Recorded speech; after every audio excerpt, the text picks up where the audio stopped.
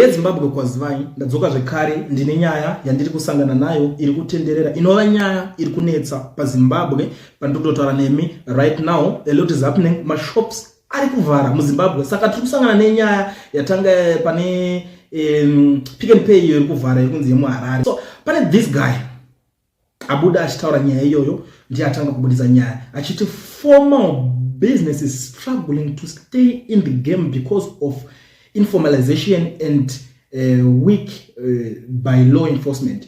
You will hear some buffons saying it's because they lack innovation, forgetting that Pick and Pay is one of the largest retail chains in the developing world. Ndo patangira nyaya, ndo ndiye atanga nenyaya yacho achua nayo achizivisa vanhu kuti zvinhu zviri kunetsa mashop aya ari kutovhara, saka ndo nyaya iripo, asi uchanzwa vakuzoti chichi. So ndabva ndaona vauta muzembi avo vaimbova minister panguva yeZANU-PF yekwana Mugabe yakabva vachiti we all know who in your cycle said supermarkets lack innovations. Kuva matanga, we expected much better advocacy, representation and working policies from my brother and George himself on behalf of business. Zig mischief is a play. How are you? Ndo paruzoti. Aiwa, yes mkoma, I never disintegrate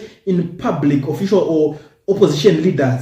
I was actually referring to Twitter colleagues when we raise an issue, they say because you lack innovation. George would not call not paying taxes innovations. Let's be clear, don't speak for him. Kupindura kuti ayo musazotaurire ava vanenge vakutya manje, because zvinhu zvese zvemuZimbabwe kana watotanga musindoka unofanira kutozonzi make sure wasiya clear the air papo, because vakangosiya tinenge ma question mako nokona ngonzi tikumbokudayo ka for questioning kuti mumbokwanisa kuti explain kuti apa maeda kuedza kuti kudi that's Zimbabwe for you kana mamusingaizive. Now ndiri kuzoona futi uyo mayor wepaBulawayo atingamuti ndiye watingati the best mayor in Zimbabwe anoitwa Jeff Kotat ari kubudawo ari kudaira on the same issue. Yatodeuka akati chatonyarari ndakutotaura ipapa atoti last night I had dinner with City of Bulawayo supermarket owner, and he told me of his inability to compete with the informal sector. Unlike the informal sector, he has to pay taxes, rates and his staff, but most of all he compelled to sell his goods at the official rate. Zig, he is buying the same goods he has to sell at the official Zig from manufacturers who sell to him with impunity at the Zig parallel rate. Informal traders can come to his supermarket and buy the same goods in Zig, having banned their US, and who then sell the same for US at lower price in US dollar than the supermarket can sell it for. Thus totally undercutting the supermarket right outside its doors. He doesn't know whether he can continue, and at the root of this is that government insistence that the Zig could artificially kept at a value which bears no relation to its actual value. Tied to this is seemingly one law for retailers and another for manufacturers. Saka ndo imwe yanga chiyo iri kutaurwa nani na vanhu ndinoshira kuti saka amawani nyaya inenge chinetsa apa ndeye kuti these people manje ndakatogara neumwe pasi zvikumunetsa kuti iwo uri kutotengesa neZig rate, but vamwe vanhu vari kutengesera panze vari kutongorwa neUS vari kutohodha futi iko unotengesa panze nemari shoma than ndo pari kunetsa ipapo. Iwo ungosara uri pasi ungoramba ungori zasi saka ndozonyaya yekuti ipapo ari kushungurudzwa nenyaya yemaretseresi ari kuitika. Nawo ndiri kuzoona futi vanotwa advocate Fadzemaya here vaimbova spokesperson kubva kuMDC kuenda kuCCC, ndobva vazosiyirawo rimwe team zvizoenda zvakadaro, bva vakazoitira MP wekumount Pleasant, ndobva vazosiya muchurume kunge advocate Nelson Chamisa avo vaiva mukuru weopposition kana kuti founder weCCC achipa akati ndaresign, vakabva vangotero in solidarity with him. Vari kubudawo vataura kuti realistically this is primarily because of the artificial Z-grade that was imposed on business, especially supermarkets. They are forced to peg prices at the exchange rate of $13 or $14, yet the actual rate is $24. They are labeled economic sabotagers for saying this is unsustainable and threatened with arrest and prosecution. This is on top of impossible VAT regime that makes pricing a nightmare. I would close my store too.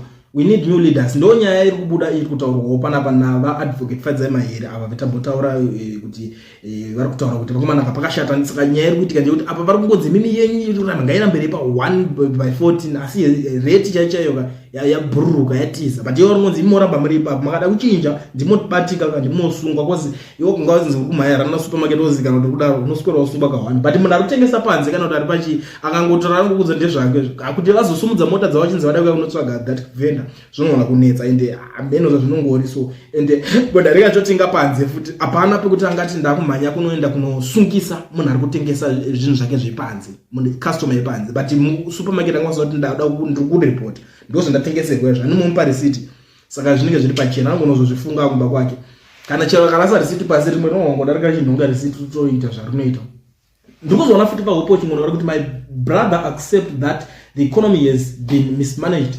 Don't focus on the symptoms, focus on the root cause of what has triggered the traders to now establish businesses like retail chains. You are one of the President Mnangagwa's advisors. We told you during civil discussions that the policies you were supporting would not work.